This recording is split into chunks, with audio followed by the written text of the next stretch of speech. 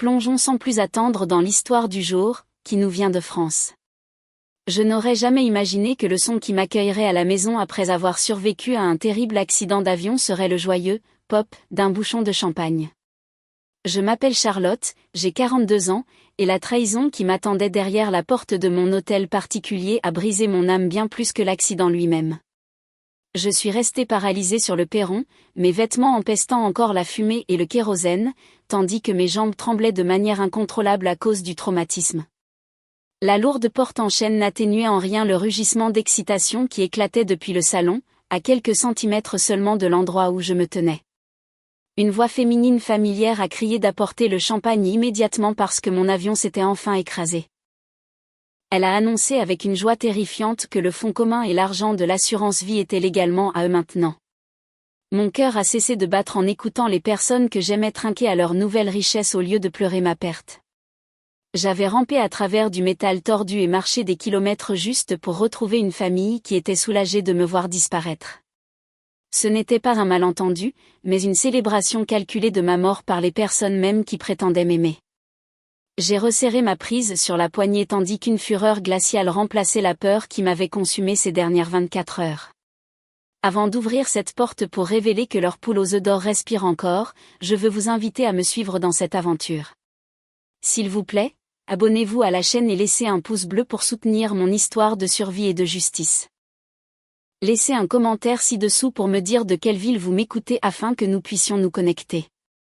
Maintenant, voyons leur visage quand les morts reviennent. Je me suis instinctivement retirée dans le recoin sombre du hall d'entrée pour rester invisible, tandis que leur voix parvenait jusqu'à moi à travers l'arche ouverte. La douleur physique de mes blessures pulsait au rythme de mon cœur. Mais la conversation qui se déroulait dans le salon faisait bien plus mal que n'importe quel os cassé. J'ai plaqué mon dos contre le mur froid et j'ai retenu mon souffle pendant que les gens que j'aimais révélaient leur vraie nature. Ma sœur, Stéphanie, se tenait au centre de la pièce, un verre de grand cru à la main. Elle avait l'air radieuse et pleine d'énergie, comme je ne l'avais jamais vue de ma vie. Son visage était rouge de l'ivresse de la victoire plutôt que de l'alcool, alors qu'elle s'adressait à l'assemblée avec un large sourire. J'ai regardé avec horreur tandis qu'elle levait son verre au plafond comme pour remercier une puissance supérieure de ma disparition. Je n'arrive pas à croire qu'elle soit enfin partie et que nous soyons libérés de ces leçons constantes sur la façon de dépenser l'argent. Charlotte a toujours été si contrôlante avec ses petites allocations et ses regards réprobateurs chaque fois que je voulais m'acheter quelque chose de joli. Elle a pris une longue gorgée du vin coûteux que j'avais gardé pour une occasion spéciale. C'était écœurant de réaliser qu'elle considérait ma mort comme l'occasion spéciale qui méritait d'être célébrée. Stéphanie s'est approchée de la cheminée et a passé la main sur le manteau, comme si elle imaginait déjà comment elle allait redécorer l'espace. Je vais vendre cette vieille baraque lugubre immédiatement et acheter cette villa moderne à Saint-Tropez dont j'ai toujours rêvé. Je mérite de vivre dans le luxe sans avoir à supplier ma sœur pour le moindre centime comme une gamine. Ces mots m'ont transpercé, car j'avais passé des décennies à travailler 16 heures par jour pour qu'elle n'ait jamais à travailler du tout. J'avais sacrifié mes propres rêves de fonder une famille pour pouvoir subvenir aux besoins de la sienne. La prise de conscience que ma générosité n'avait engendré que du ressentiment était une pilule amère que j'étais forcée d'avaler dans ce couloir sombre. Une voix masculine profonde a ri en signe d'approbation depuis le canapé où il se prélassait confortablement. Mon beau-frère Grégoire avait les pieds posés sur la table basse, une expression de soulagement absolu sur le visage. Il ne ressemblait pas à un homme qui venait de perdre un membre de sa famille, mais plutôt à un homme qui venait de gagner au loto. Tu n'as pas idée des ennuis que j'avais avec ces créanciers peu recommandables avant que ça n'arrive. Ils allaient me casser les jambes si je ne trouvais pas l'argent d'ici la semaine prochaine. Grégoire a rempli son verre et l'a fait teinter contre la bouteille avec un son joyeux qui a résonné dans la maison silencieuse. Il a regardé ma sœur avec gratitude, comme si elle avait personnellement organisé l'accident. L'indemnité de l'assurance va éponger toutes mes dettes de jeu, et il en restera largement assez pour une nouvelle voiture de sport. Charlotte nous a vraiment rendu un immense service en montant dans cet avion pendant une tempête. Mon estomac s'est noué de nausées alors que les pièces de leur trahison se mettaient en place. Je me suis légèrement déplacée pour avoir une meilleure vue et j'ai remarqué quelque chose d'encore plus troublant éparpillé sur la table basse. Il y avait des piles de documents mélangés aux bouteilles vides et aux assiettes de nourriture. J'ai plissé les yeux dans l'obscurité et j'ai reconnu l'entête d'un cabinet d'avocats spécialisé en succession et assurance vie. Ils n'avaient pas seulement attendu la nouvelle de ma mort avant de réagir. Ils avaient préparé ces papiers légaux à l'avance pour saisir mes biens dès qu'un certificat de décès serait émis. Ce n'était pas une réaction spontanée à une tragédie, mais une manœuvre calculée pour assurer leur avenir financier sur mon cadavre. La tristesse qui avait alourdi mes épaules quelques instants auparavant a commencé à s'évaporer dans l'air. Un engourdissement glacial s'est propagé dans mes veines et a remplacé la chaleur de ma colère. La sœur qui les avait aimés inconditionnellement est morte dans ce couloir, en même temps que ma confiance naïve. J'ai réalisé que pleurer ou crier ne servirait à rien contre des gens sans conscience. J'ai redressé ma colonne vertébrale et ignoré la douleur aiguë dans mes côtes, car je devais être forte. J'ai levé la main pour essuyer la suie et le sang séché de ma joue afin de me rendre présentable. Je voulais les regarder dans les yeux, non pas en victime, mais en tant que propriétaire de la maison qu'ils prévoyaient de vendre. Il était temps d'interrompre leur fête et de voir leur célébration se transformer en un enterrement pour leur cupidité. J'ai pris une profonde inspiration et je suis sorti de l'ombre vers la lumière. Alors que l'horloge comptoise ancienne dans le hall commençait ses 12 coups solennels pour marquer minuit, j'ai posé ma main meurtrie sur la poignée en laiton froid et j'ai poussé la lourde porte en chêne avec une force lente et délibérée. La charnière a gémi sous le poids du bois, et le son a tranché leur rire comme un couteau aiguisé coupant une corde tendue. L'atmosphère festive du salon s'est évaporée au moment où ma silhouette est apparue dans l'embrasure de la porte, remplacée instantanément par un silence si épais et suffocant qu'il semblait étouffer l'air de la pièce. Stéphanie fut la première à réagir, ses yeux s'écarquillant de terreur absolue en voyant la femme qu'elle croyait morte se tenir sur le seuil. Elle perdit sa prise sur la délicate flûte en cristal qu'elle tenait, qui tomba en tournoyant et se brisa sur le parquet, projetant une gerbe de champagne coûteux et d'éclats de verre scintillant sur le tapis persan. La couleur quitta son visage si rapidement qu'elle ressemblait à une figure de cire fondant sous la chaleur d'un projecteur. Grégoire recula si violemment sur le canapé qu'il renversa un bol de caviar, sa bouche s'ouvrant et se fermant comme un poisson hors de l'eau alors qu'il luttait pour assimiler l'impossibilité de mon retour. Je suis resté là, immobile, tandis que de la boue et du sang séché tombaient de mes vêtements déchirés, créant un contraste saisissant avec le luxe immaculé de la pièce qu'ils célébraient déjà comme la leur. L'odeur de fumée et de kérosène qui s'accrochait à ma peau a envahi l'entrée, dominant le parfum floral du pot pourri que Stéphanie y avait probablement placé plus tôt. J'ai attendu qu'ils parlent, qu'ils crient ou qu'ils s'enfuient, mais ils sont restés figés dans un tableau de culpabilité et de panique. Charlotte, murmura enfin Stéphanie, sa voix tremblant si fort qu'elle était à peine audible. Oh mon Dieu, nous pensions. On nous a dit qu'il n'y avait aucun survivant. J'ai fait un pas lent dans la pièce, laissant le son de mes talons claquant sur le plancher en bois leur rappeler que j'étais bel et bien en chair et en os. Il semble que les rumeurs de ma mort aient été grandement exagérées, bien que vous n'ayez certainement pas perdu de temps à les vérifier avant de faire sauter les bouchons. Stéphanie a tressailli à mon ton, mais a rapidement essayé de se ressaisir, lissant sa robe de soie avec des mains tremblantes. Elle a forcé une expression larmoyante sur son visage, un masque d'inquiétude sororale qui m'aurait peut-être trompé la veille, mais qui semblait maintenant hideusement grotesque. Non, tu ne comprends pas, Charlotte. Nous étions anéantis. Nous buvions juste ce vin pour trouver le courage d'affronter la terrible douleur de te perdre. Je me suis dirigé vers le seau à glace en argent et j'en ai sorti la bouteille vide de Dom Pérignon, examinant l'étiquette avec un air fin de confusion.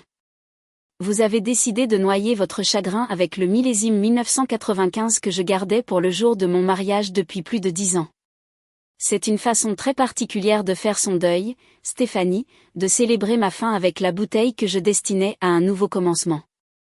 Grégoire s'est raclé la gorge nerveusement et a tenté de se lever, mais ses genoux étaient clairement trop faibles pour le supporter. Nous étions juste sous le choc, Charlotte. Nous ne savions pas ce que nous faisions. Nous sommes juste si heureux que tu sois rentrée saine et sauve.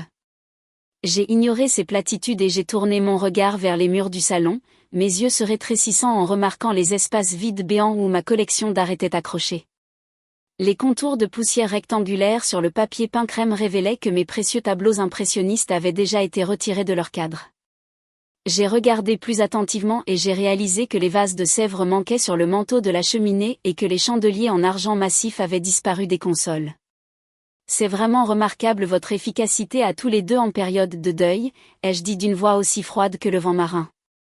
Vous avez réussi à dépouiller les murs de mes biens les plus précieux en moins de 24 heures.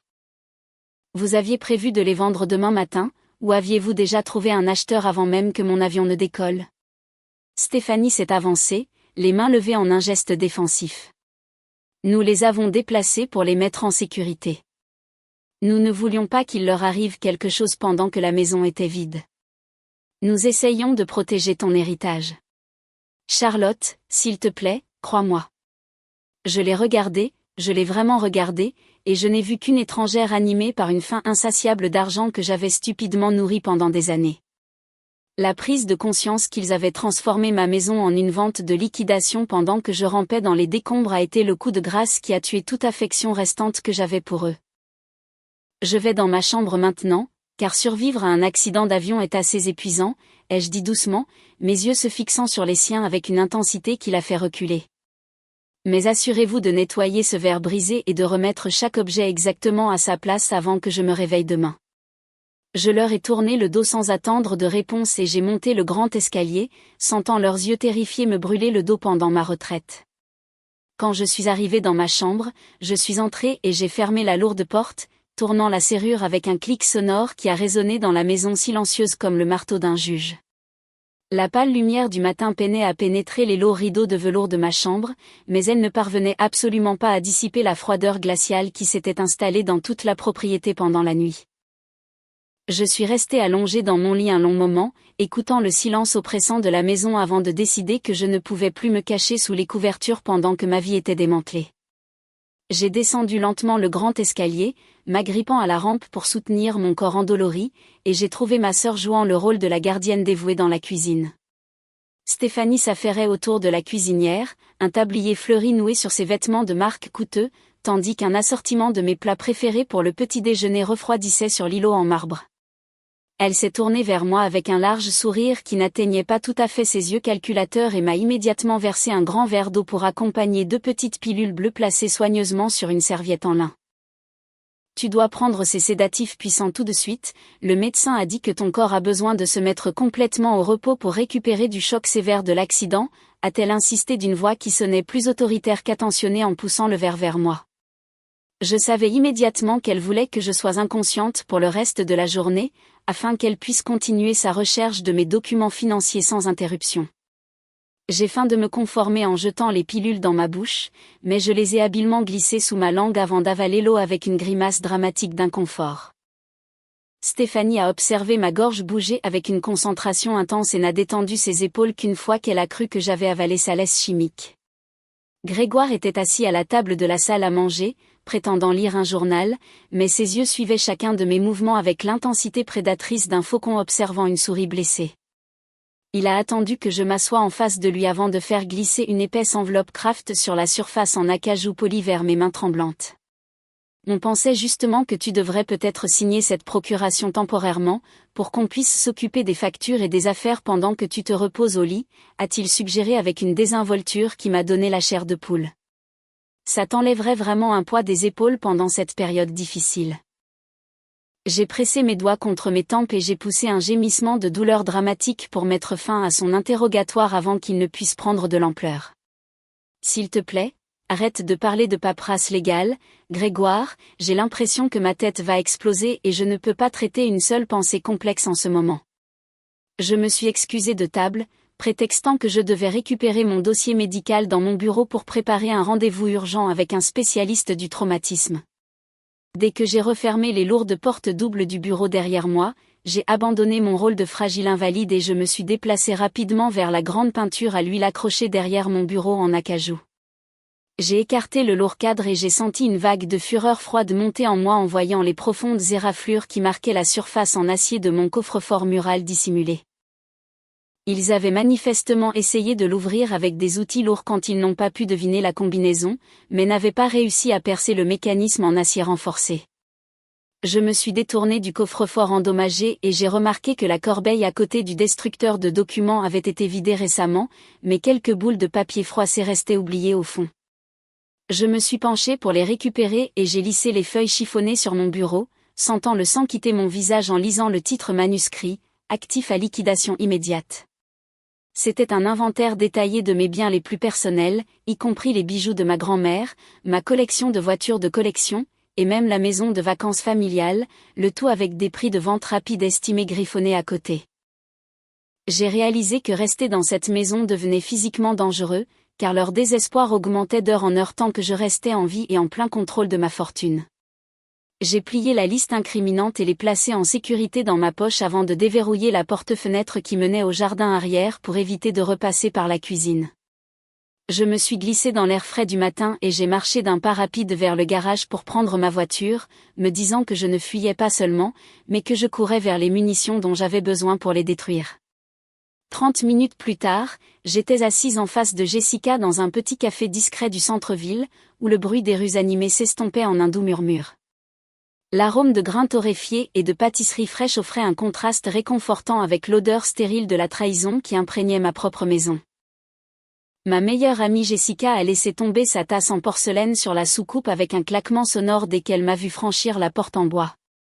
Elle s'est précipitée pour m'étreindre avec une force désespérée qui m'a dit que quelqu'un dans ce monde se souciait réellement de mon existence, sans aucune condition. Je n'arrive honnêtement pas à croire que tu sois assise ici devant moi après tout ce qui a été rapporté aux informations concernant ce vol, a-t-elle murmuré à travers ses larmes en me tenant le visage entre ses mains comme pour vérifier que j'étais réelle. J'ai appelé ton téléphone sans arrêt pendant 20 heures, espérant contre toute logique qu'il y avait eu une sorte d'erreur. Je l'ai doucement ramené à notre table car mes jambes me faisaient encore mal de la longue marche que j'avais faite plus tôt. C'était bouleversant de voir enfin une véritable expression de chagrin après avoir enduré la célébration grotesque dont j'avais été témoin dans mon propre salon. J'ai commandé un café noir pour moi et j'ai attendu que la serveuse parte avant de me pencher sur la petite table pour parler à voix basse. Ma famille n'a pas versé une seule larme quand ils ont appris la nouvelle, ils étaient trop occupés à boire mon champagne le plus cher, ai-je avoué avec une amertume qui avait un goût de cendre dans ma bouche. J'ai besoin de ton aide, Jessica, car il prévoit de me faire déclarer mentalement inapte pour prendre le contrôle de tout ce que j'ai bâti. Jessica a essuyé ses larmes avec une serviette, mais son expression est rapidement passée du soulagement à une gravité qui m'a déstabilisée encore plus que ses pleurs. Elle a sorti son smartphone de son sac à main en cuir avec des doigts tremblants pour me montrer une série de messages troublants qui allaient changer tout ce que je pensais savoir. Elle a déverrouillé l'écran et a poussé l'appareil sur la table avec une hésitation, comme si elle craignait que la vérité ne me brise complètement.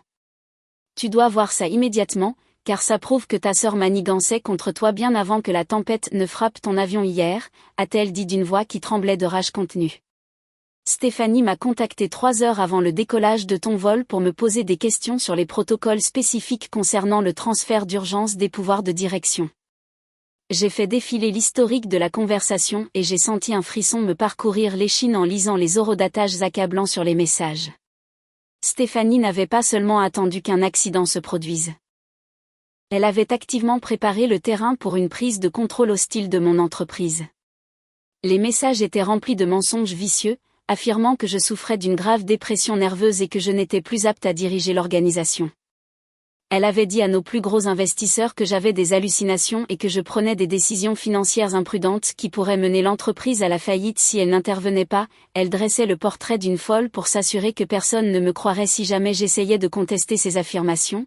Ai-je réalisé à voix haute alors que toute l'étendue de leur conspiration devenait terrifiante. Ils n'essaient pas seulement de voler l'argent de mon assurance vie, mais ils détruisent systématiquement ma réputation pour s'assurer que je n'ai plus rien à mon retour, même si je survivais. Jessica a hoché la tête en signe d'accord et a bu une gorgée d'eau pour calmer ses nerfs avant de révéler une autre pièce du puzzle. Elle m'a aussi demandé de lui transmettre les codes d'accès confidentiels des comptes de l'entreprise, car elle prétendait que tu les avais oubliés dans ton état délirant. Je lui ai rendu le téléphone et j'ai senti une vague de détermination froide remplacer la tristesse persistante dans mon cœur. La procuration que Grégoire avait essayé de me faire signer de force plus tôt ce matin-là n'était pas seulement une précaution.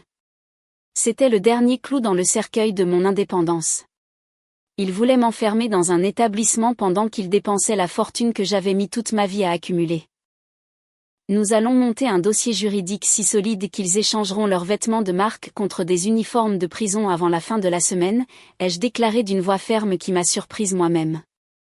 J'ai besoin que tu extrais chaque relevé financier que Stéphanie a touché pendant son temps en tant qu'assistante et que tu cherches des anomalies.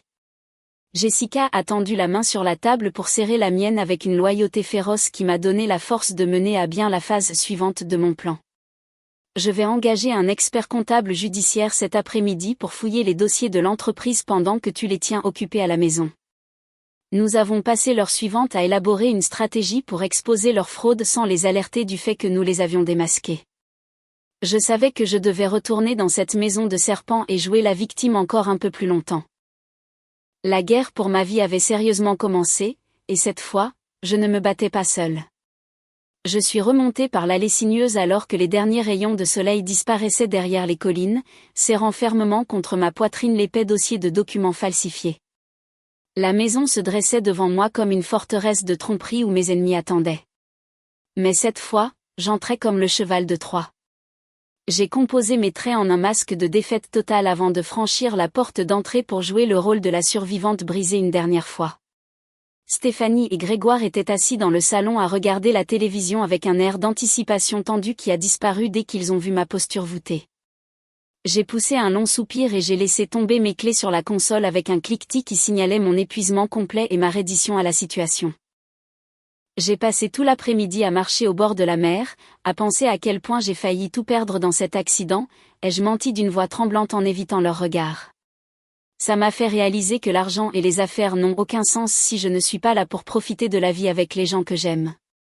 Stéphanie a instantanément coupé le son de la télévision et s'est penchée en avant, les yeux pétillants d'un intérêt soudain. Elle a échangé un regard rapide avec son mari, si transparent dans sa cupidité que j'ai failli éclater de rire. C'est exactement ce que nous essayons de te dire depuis le début, nous ne voulons que ce qui est le mieux pour ta santé et ton bonheur, a-t-elle dit d'un ton de fausse sympathie qui m'a retourné l'estomac. Je me suis dirigée vers le fauteuil et je me suis assise lourdement, posant le dossier sur la table basse comme s'il pesait 100 kilos. Je pense que vous aviez raison sur toute la ligne, je ne peux plus gérer le stress de la gestion de mon patrimoine. Je veux vous céder les droits de gestion temporaire à tous les deux, pour que je puisse me concentrer sur la guérison de mon traumatisme. Grégoire a pratiquement bondi de son siège pour me verser un verre d'eau, les mains tremblantes d'excitation. C'est une décision très sage, Charlotte, nous pouvons nous occuper de tous les détails financiers ennuyeux pendant que tu te reposes et que tu te rétablis. J'ai hoché lentement la tête et j'ai essuyé une fausse larme avant de lancer l'hameçon qui assurerait leur chute. Je veux faire ça correctement, alors s'il vous plaît, invitez notre avocat de famille, Maître Arthur Dubois, à venir demain soir pour une cérémonie de signature officielle. Je veux que tout soit légal et contraignant pour que personne ne puisse jamais contester votre autorité sur mes biens. Ils ont accepté immédiatement, sans une seconde de réflexion, leur arrogance les aveuglant sur la possibilité que je sois autre chose qu'une victime impuissante. Je me suis excusée pour monter me reposer, mais je ne suis pas allée dormir comme ils s'y attendaient. Au lieu de cela, j'ai attendu d'entendre le son distinct de la porte de leur chambre se fermer au bout du couloir avant de redescendre sur la pointe des pieds. J'ai traversé silencieusement le salon obscurci et j'ai placé un minuscule enregistreur vocal activé par la voix derrière la grande fougère en pot près de la cheminée. J'ai caché un deuxième appareil sous le coussin du canapé où Grégoire s'asseyait toujours pour m'assurer de capturer chaque mot de leur célébration privée. Je savais qu'ils ne pourraient pas résister à l'envie de discuter de leur plan une fois qu'ils me croiraient endormi et hors de portée de voix. De retour dans la sécurité de ma chambre, j'ai sorti mon téléphone prépayé, que j'avais acheté plus tôt dans la journée, pour passer un dernier appel. J'ai composé le numéro privé de mon avocat de confiance, Maître Dubois, et j'ai attendu qu'il décroche à la première sonnerie. Tout est en place pour la réunion de demain soir, comme nous en avons discuté, ai-je chuchoté dans le combiné en regardant le clair de lune filtré par la fenêtre. Ils ont complètement mordu à l'hameçon et croient qu'ils seront millionnaires d'ici demain à la même heure.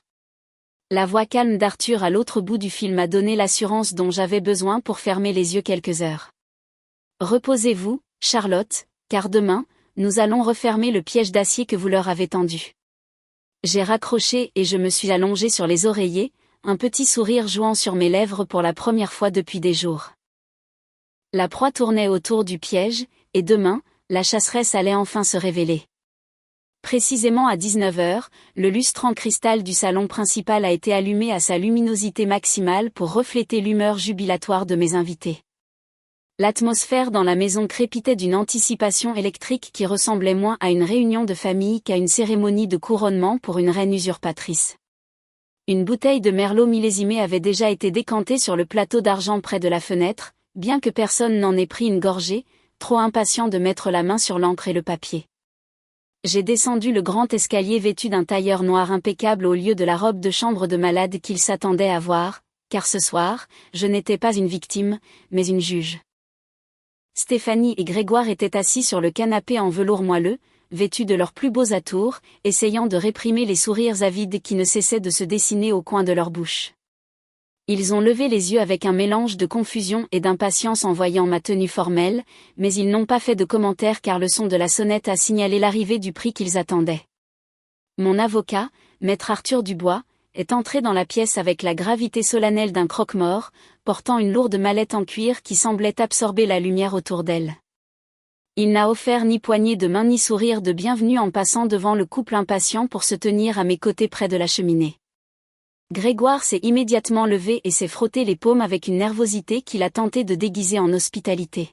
« C'est merveilleux de vous voir, maître, car nous voulons vraiment régler cette paperasse rapidement pour que Charlotte puisse enfin se reposer. » Arthur a posé sa mallette sur la table basse avec une lenteur délibérée qui a étiré le silence dans la pièce jusqu'à le rendre presque douloureux. Il a ouvert les loquets en laiton un par un avant d'extraire une épaisse pile de documents qui portaient le cachet rouge indubitable du tribunal plutôt que le sceau de la planification successorale. Il a fait glisser les papiers sur le bois poli vers Stéphanie, qui a reculé comme si les pages étaient brûlantes. Ce ne sont pas des documents de transfert de pouvoir pour le patrimoine, mais plutôt des citations à comparaître concernant le détournement systématique de fonds de l'entreprise au cours des 5 dernières années, a annoncé Arthur d'une voix qui a tranché l'air comme une guillotine. Stéphanie est devenue d'une blancheur fantomatique en fixant les relevés financiers qui détaillaient chaque transaction non autorisée qu'elle avait effectuée en utilisant mes comptes d'entreprise. Elle a essayé de balbutier un démenti, mais je me suis avancée pour porter le deuxième coup avant qu'elle ne puisse formuler un mensonge. J'ai sorti mon smartphone et l'ai connecté sans fil aux enceintes surround qui étaient cachées dans le plafond de la pièce. Tu pourras peut-être justifier l'argent manquant comme une erreur de comptabilité, Stéphanie, mais tu ne peux pas justifier ta propre voix, ai-je dit calmement en appuyant sur le bouton de lecture à l'écran. La pièce a été soudainement remplie de l'enregistrement haute fidélité de leur conversation de la nuit précédente, que j'avais capturé avec l'appareil caché derrière la fougère. La voix de Stéphanie a retenti, claire et cruelle, alors qu'elle riait de mon accident et déclarait explicitement qu'elle aurait souhaité que l'accident achève le travail pour qu'il n'ait pas à s'occuper de moi. La couleur a complètement quitté le visage de Grégoire alors qu'il s'entendait convenir que ma mort était la meilleure solution financière pour ses dettes de jeu. La porte d'entrée s'est ouverte à nouveau avant que l'écho de sa méchanceté enregistrée ne se soit estompé, et 4 officiers de la brigade financière sont entrés dans le hall. Arthur avait parfaitement coordonné leur arrivée pour coïncider avec la présentation des preuves, afin de s'assurer qu'il n'y ait aucune possibilité de fuite. L'officier en chef s'est dirigé droit vers le canapé avec une paire de menottes scintillant sous la lumière du lustre. Stéphanie et Grégoire, vous êtes tous les deux en état d'arrestation pour association de malfaiteurs en vue d'escroquerie, vol aggravé et tentative d'appropriation frauduleuse de biens, a déclaré l'officier en tirant brutalement les bras de Grégoire derrière son dos. Le chaos qui a suivi était pathétique à voir. Alors que le front uni de ma famille s'effondrait instantanément sous la pression des conséquences, Grégoire a commencé à se débattre contre l'emprise de l'officier en pointant un doigt tremblant vers sa femme, qui était maîtrisée par une policière. C'était son idée. Elle m'a dit que je pouvais toucher au compte sans risque, a crié Grégoire, de la salive volant de sa bouche. J'ai juste fait ce qu'elle m'a dit de faire. Stéphanie a poussé un cri de rage primale qui ne ressemblait en rien à la femme sophistiquée qu'elle prétendait être. Elle s'est débattue contre les menottes et m'a foudroyé du regard avec des yeux remplis de haine pure. « Tu es un monstre, Charlotte » a-t-elle hurlé alors qu'on la traînait vers la porte. « Tu nous as piégés. C'est toi la méchante, de faire ça à ton propre sang. » Je suis resté parfaitement immobile à côté d'Arthur et je les ai regardés être traînés hors de la maison qu'ils pensaient posséder au lever du soleil. Je n'ai ressenti ni joie ni tristesse lorsque la lourde porte s'est refermée derrière eux, mais simplement un profond sentiment de clarté. La maison était enfin de nouveau silencieuse, mais cette fois, c'était le silence de la justice plutôt que le silence de la tromperie. 6 mois après l'audience fatidique qui a changé la trajectoire de ma vie pour toujours, je me tenais sur l'allée pavée de la propriété vide pour la toute dernière fois. Le panneau « À vendre » dans le jardin avait déjà été remplacé par un autocollant « Vendu », car le marché immobilier était en plein essor, comme mon avocat l'avait prédit. J'ai levé les yeux vers l'imposante façade en pierre de l'hôtel particulier et je n'ai ressenti absolument rien d'autre qu'un profond sentiment de soulagement que le lourd fardeau de son entretien ne soit plus le mien. La maison qui avait été le théâtre de leur trahison n'était plus qu'un tas de pierres coûteuses qui appartiendraient bientôt à une jeune famille qui ne savait rien de l'obscurité qui s'était produite entre ses murs. La procédure judiciaire contre ma sœur et son mari avait été rapide et impitoyable grâce aux preuves accablantes qu'Arthur avait présentées au grand jury. Stéphanie a écopé d'une peine de 10 ans dans un centre pénitentiaire pour détournement de fonds d'entreprise et escroquerie. Grégoire purgeait 8 ans pour sa complicité et ses activités de jeu illégales. Il vivait enfin dans l'environnement exigu et restreint qu'il méritait. Tandis que je respirais l'air frais de la liberté absolue pour la première fois depuis des décennies, le juge avait été particulièrement sévère dans ses attendus, dégoûté par leur comportement prédateur envers un membre de la famille qu'il croyait mort.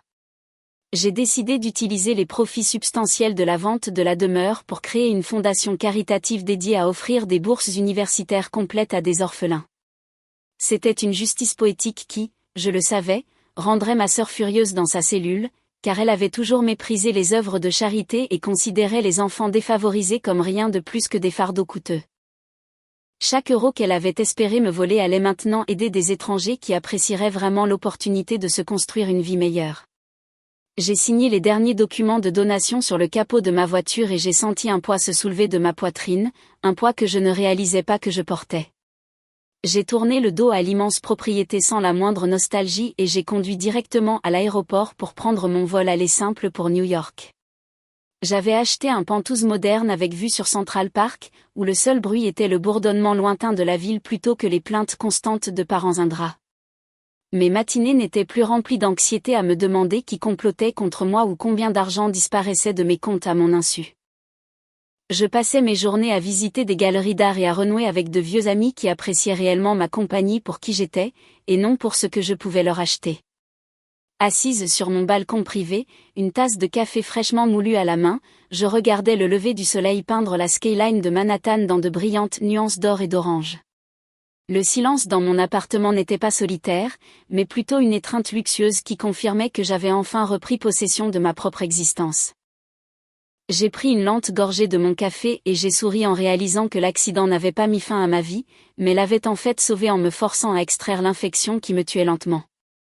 Cette expérience déchirante m'a appris que partager le même sang ne fait pas automatiquement de quelqu'un une famille, car la vraie famille est construite sur le respect mutuel et la loyauté plutôt que sur une obligation génétique. J'ai appris que l'indépendance est la monnaie la plus précieuse qu'une femme puisse posséder et que couper les liens toxiques n'est pas un acte de cruauté, mais un acte de survie nécessaire. Il ne faut jamais s'immoler par le feu pour tenir les autres au chaud, surtout quand ces autres sont ceux qui tiennent les allumettes pour nous réduire en cendres. Merci beaucoup de m'avoir accompagné dans ce difficile voyage de la trahison à la libération et d'avoir écouté mon histoire jusqu'au bout. Si vous avez aimé voir la justice rendue, partagez vos réflexions dans les commentaires ci-dessous et dites-moi si vous leur auriez pardonné ou si vous auriez fait exactement la même chose que moi. N'oubliez pas de liker et de vous abonner pour plus d'histoires sur la résilience et la vérité.